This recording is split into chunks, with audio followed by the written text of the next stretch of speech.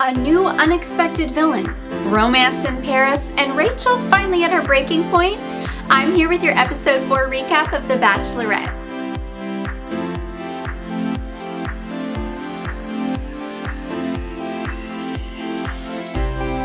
Welcome back to Roses and Proposes, your go-to Bachelor Nation recap show. I'm your host, Kelly Johns, bringing you weekly recaps of Gabby and Rachel's journey to love. This episode started off with some footage of the guys hanging out at the house, in particular, Hayden. And I'm going to keep saying his name with a southern accent.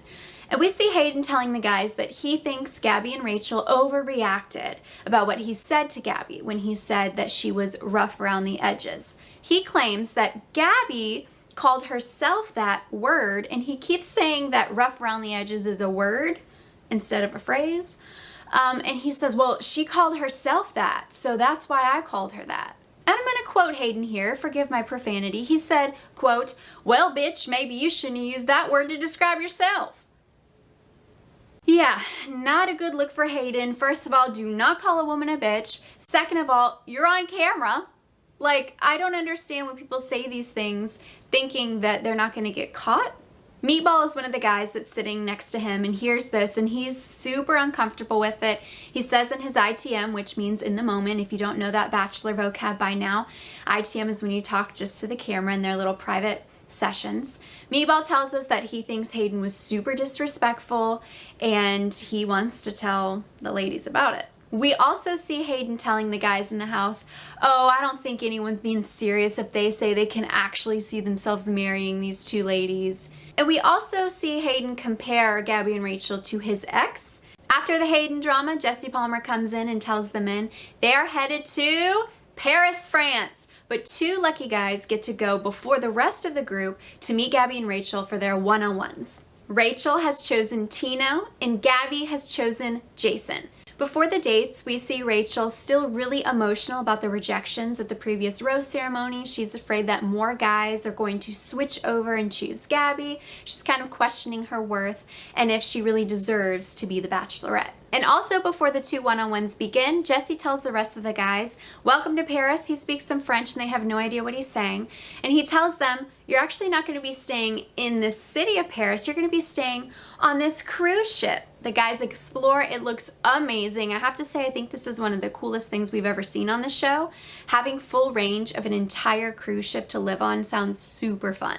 And now we finally see Rachel have her romantic one-on-one with Tino. I think we've all been dying to see this all season because we know he's such a front runner. It's raining in Paris, but they walk around with umbrellas through the city. They make out at every corner, go into a chocolate shop. They get to make their own crepes at a crepe stand. Gabby and Jason also explore Paris. They go into a beret shop to get their heads measured, and it's super silly. Gabby puts hers on and covers her whole hair and says she looks like a bald baby. They also do a cute carriage ride, and Gabby really likes Jason, but she tells us that she is still waiting for him to kind of open up and that he is a man of few words. Then the two couples meet up at a cute cafe. Rachel and Gabby grab each other to go to the bathroom, but they just go inside to chat and talk about their days, and Gabby's like, oh, I'm in love. She's kidding, obviously, but I think that shows us that she really likes Jason, but she does say to Rachel again, I'm still waiting for him to really open up and for me to get to know him more, and Rachel says that she is really liking Tino, and she already knew that, but they're continuing to grow that bond. Later in the evening, Rachel and Tino have a gorgeous dinner inside a cathedral. Rachel brings up how her last boyfriend was not supportive of her career as a pilot, so she wants to make sure that Tino is dedicated to making that career-family life balance work in their relationship. Tino says that her passion lights him up and that he is totally dedicated to making it work, and he also wants a family. So they seem like they're on the same page, and I think this is great that they're actually talking about how the future will work outside of the show. The whole day and night went amazing for Rachel and Tino. She gives him a rose, of course. He accepts. He says that he feels like he is falling for her faster than he could have ever imagined. Rachel basically says the same. Later, Gabby and Jason have their dinner date where Jason finally opens up that this experience has been extremely overwhelming for him, and that throughout his life he has struggled with kind of self-confidence and feeling like he doesn't fit in, and that lots of therapy has helped him to get to the point where he is today. Gabby also shares that therapy has really helped her because of what happened between her and her mom. So it's a really nice moment where Gabby and Jason kind of bond over the fact that they have both gone through these experiences, but therapy has taught them all of these techniques of healing. And I think that's really beautiful that they can bring those together in a relationship. They have some really inexplicable chemistry. I am here for it. I think that Jason's gonna go far again. I predicted he's gonna get the final rose. Of course, he gets a rose from Gabby. They go outside, they're making out with a gorgeous view of the Eiffel Tower. It's an amazing day. And afterwards in her ITM, Gabby's actually crying because she's just so happy and says that she just feels so lucky. Now it's time for Gabby's group date. The guys come to a boxing ring, which is obviously on this cruise ship. Gabby has super cute French braids. She's in a cute workout outfit. They do lots of exercises and warm-ups together. And then of course the guys have to fight each other. We love seeing the men physically hurt each other on all of these dates. And Jesse says that whoever wins, we don't know how they win, but basically it's whoever Gabby wants to spend more time with later, that they will get to go and have their own dinner date with Gabby later in the evening. What stands out the most in this group date, though, is that Rachel comes to watch and brings all of her guys to come as well, just for a fun day date, because Rachel's like, okay, this will be a good time for me to also spend time with my guys. But her guys don't pay any attention to her. She is feeling super upset that they don't even look at her, make eye contact with her. They could have used this time to pull her and just chat for a few minutes and, you know, have fun watching the boxing together. But this really, really hurts her to her core. She steps away, she's bawling, crying, and again, she's questioning if she even deserves to be the Bachelorette and if they even like her. As we see Rachel being super emotional, we also see clips of Logan telling us that he still has feelings for Gabby, and he's questioning if he should even stay and be on Team Rachel. After the guys battle it out with boxing, Gabby chooses Spencer to spend more time with later in the evening. Seems like Gabby and Spencer have nice chemistry on their dinner date. Spencer shares that he served in the military, so thank you, Spencer, for your service. And they hit it off. Not much to it, but I think Spencer's gonna go far as well. Then we cut back to Rachel's guys, who are all hanging out in their lounge, and they're like, yeah, man, like, we haven't seen Rachel in super long time, like, I think in LA. And they're like, yeah. And then one guy's like, well, I mean, we saw her today. And they're like, oh yeah, we did. So we see here that these guys are just, it's not really clicking, that they should have used that time to actually hang out with her. And then Rachel comes in hot to address these guys. She stomps in with some attitude. I love to see it. Some people I know are going to be like, oh my God, she's being dramatic. But look, she knows what she wants. She knows how she's feeling. And she told them straight up, right? She didn't play games and hide it and try to make them figure it out. So I loved this. So she tells them how she felt no one made the effort to give her any attention, even a smile or a little glance. She felt totally rejected again by them, and they just sit there with shocked faces. We don't really see a response from them, which makes her upset even more. She walks away and she's like, they don't get it. They stared at me like with blank faces. And then it's time for Rachel's group date with all of her men. They really got to step it up here, make her feel better. They go into this building where a couple is just going at it, making out. And the guys are like looking around like, is this part of it? Or did these people just not know we're here yet? What's going on? Of course, they're actors. And then they are like, oh, you're here, hello, with their French accents. I speak Spanish, not French. And they tell them that they're going to do a romance course today. The first one is learning how to flirt. And the guys have to come up in front of the rest of the group and just flirt with Rachel. This is so bad. None of them know how to flirt apparently, which it's super weird because you wouldn't do this in front of a group of people anyways. The second task is the guys have to make out with their own fists. So we see like close-ups of their hand, and I'm not going to do it because I wanted to vomit watching it, so I'm not going to put you guys through that.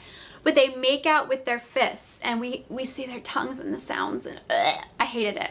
Which then I'm thinking, okay, I maybe do this in my own parody videos, but I don't do it with my fist, but I do make out to the camera. So sorry, not sorry. Then the third is the absolute worst.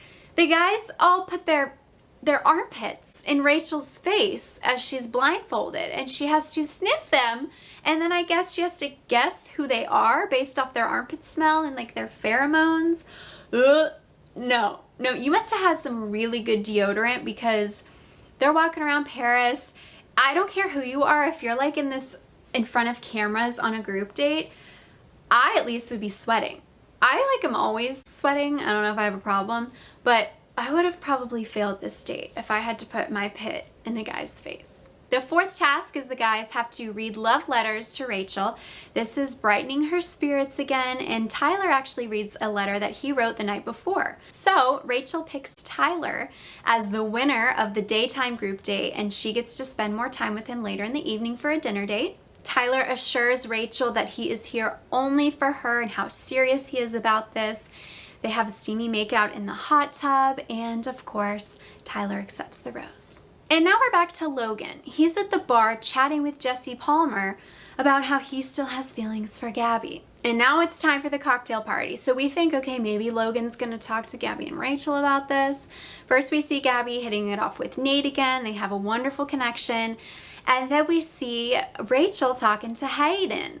And again, remember at the beginning of the episode, we saw clips of Hayden talking some SHIT about the girls. Hayden and Rachel sit down, and he opens up a photo album of his dog, Rambo.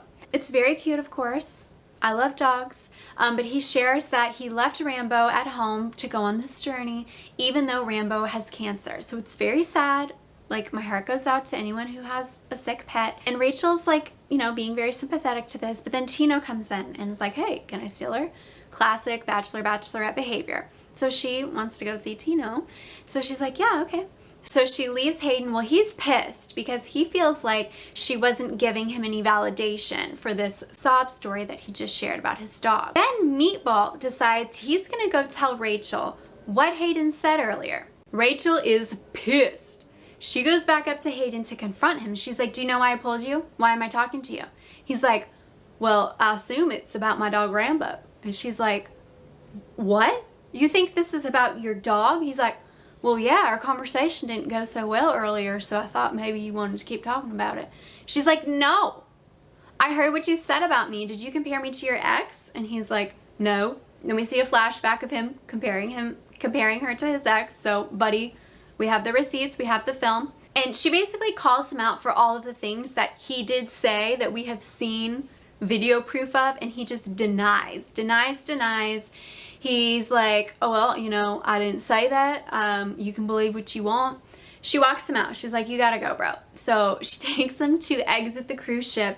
He's like, well, I respect you. You're a great woman. He goes in for the hug, and she just stands there like a stiff board. I love this moment. Rachel is super upset about this. She lies down. She starts crying again. It's kind of the same thing, unfortunately, that we're seeing from her all episode, where she's just questioning, should she even be there? And then she decides to cancel the rest of the cocktail party. So this means that Logan doesn't have any time to address the women with his struggles. Time for the rose ceremony. Gabby hands out roses to Nate, Eric, Mario, Johnny, and Michael. And remember, Jason and Spencer already have roses from Gabby. So that means Gabby is sending home Kirk and Quincy. And for Rachel, Tino and Tyler already have roses. Rachel hands out roses to Avon, Meatball, Zach, and Logan. And what does he do? Of course, he accepts the rose, which means sweet Jordan is going home. Logan says in his ITM, yeah, I'm holding on to hope for Gabby. That's why I accepted this rose, is so I can stay here and talk to Gabby, and maybe there's a chance. And I'm like, bro, there is 0 chance with Gabby. Like, how do you not realize that there's just no way that can work out? And I forgot to mention, Ethan also receives a rose from Rachel. And that's it for episode 4 of The Bachelorette. Thank you for tuning in to Roses and Proposes. Make sure to subscribe, leave a comment on how you guys think the rest of the season is gonna go, and check out my parodies each week. Thanks again. I'll see you guys next week.